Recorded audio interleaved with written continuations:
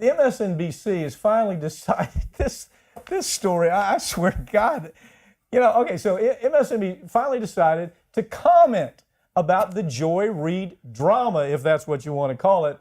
How the Joy Reid insanity. The woman needs to be in a cuckoo house, and no one's surprised that MSNBC has decided to make no comment. They said they stand by their troubled host, troubled This woman has, and she has squirrels running around in her head. That's how, to me, I look at this woman. Take it from there. Am I overreacting to this? I can't take another minute of the Joy Reid story where she's on tonight. She's on, like nothing happened here. What? Give us the facts. To me, I've been following this since it first happened, weeks, months ago, whatever it was. And I like to look on Twitter and I like to see the responses of people on any of these stories. This one happened to be from the Daily Beast. MSNBC staff on Joy Reid. Enough apologies. We want answers. So the staff at MSNBC wants answers, and all the Twitter responses to this are, leave Joy alone. She's too important to lose her voice. She said she's evolved. Well, you know what?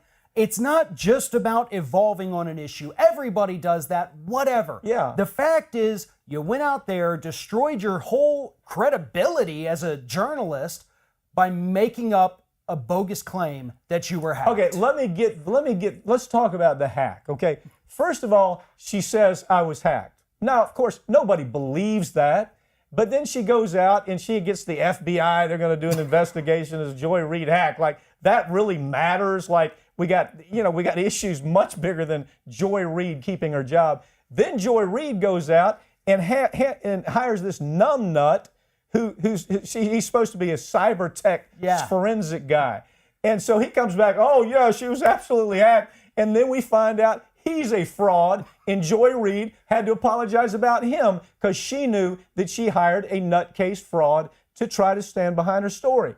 Where does it stop? Okay, give me the stories that we've learned about Joy Reid. Let's try to knock them around as best we can. Well, no, you have the promoting the Alex Jones the 9/11 was a government conspiracy. Right. The Photoshop of John McCain as the Virginia Tech shooter. Yeah. Which they say, like, well, it wasn't about him doing. No. You don't take the image of somebody from a tragedy like that and put somebody's head on it. And the most important, obviously, are all of the massively homophobic blog posts that she had over the years. Yeah. And it all paints the picture of someone who at the time didn't know what she stood for, wanted to test the waters and see where everybody wanted her to go. That's the point. Right. She will go wherever the wind blows. Right now, and this is absolutely how MSNBC operates. Let's go where the wind blows. You remember we covered the story. I mean, we've been doing this a long time. We covered the story of Phil Donahue. Yeah. Okay, Phil Donahue gets yanked because he comes out against a war that MSNBC was trying to flame every single night. They had advertisers from Boeing and McDonnell Douglas on their show flaming the law, flaming the war, because they could sell more advertising, okay? So they replace it with none other than Michael Crazy Man Savage. Michael Savage comes in to replace Phil Donahue. And it all has to do with Phil Griffin, who is wherever the wind blows, Phil Griffin will go. If we're conservative for a month or two, he's going to go there. If we're liberal, he's going to go there. Joy Reid is an example of what we're talking about, okay? Like, we can't live without Joy Reid. Let me just tell you something. We've interviewed, just to be clear, we've done interviews with people like Howard Zinn, Chalmers Johnson, Noam Chomsky. Those are issues. Chris Hedges. Yeah. Those are people that matter. They really are great intellectuals, and they really matter. Joy Reid, come on, man. You're going to lose the credibility of your network to where you actually have Rachel Maddow, who I used to work with on Air America. Rachel Maddow, who I don't even recognize anymore. I swear to God, I don't even recognize. She comes out, brains, guts, heart, and soul.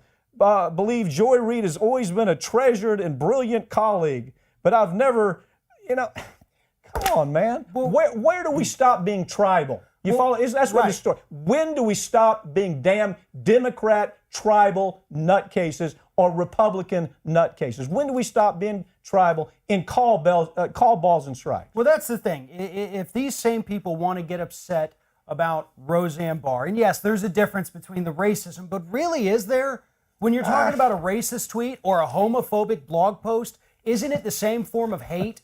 And you can say that she's evolved all you want. Maybe she has, maybe she hasn't. That's not the issue. The issue is she lied about an FBI investigation that nobody's been able to corroborate is actually happening. Yeah. She hires this cybersecurity nut who goes out there and lies to the public. And then apologizes about him. Right. And so and nothing she has said has made any sense. It's all been lies to the people supporting her, and they still say she's too important. This is the new MSNBC. It is. Okay, that's the problem. Well, I can't say new. It's always been the history of MSNBC.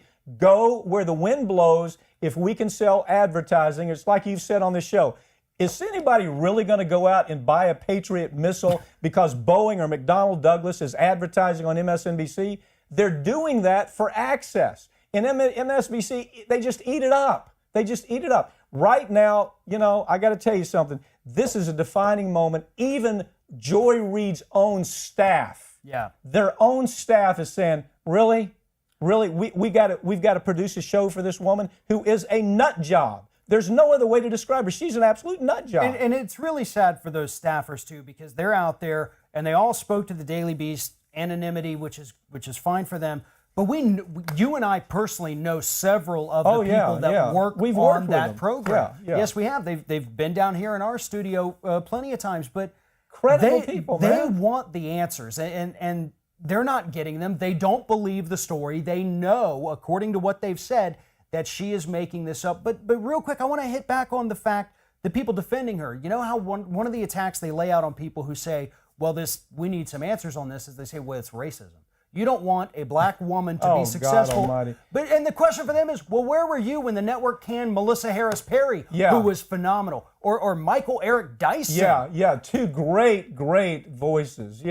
That there wasn't racism. This isn't racism. No. Just like Hillary Clinton's election wasn't misogynist. We got to get away from this narrow tribal thinking, or we're just self-destructive, and that's what's happening here. Is there any other way you can see this? No, this is absolutely self-destructive for people to stand by and blindly defend it. If you want to say, you know what, I'm going to reserve my opinion or thoughts on this until the results of that FBI investigation, then say that, but do not go out there and say it doesn't matter what she said. She's so important. We need her. Yeah.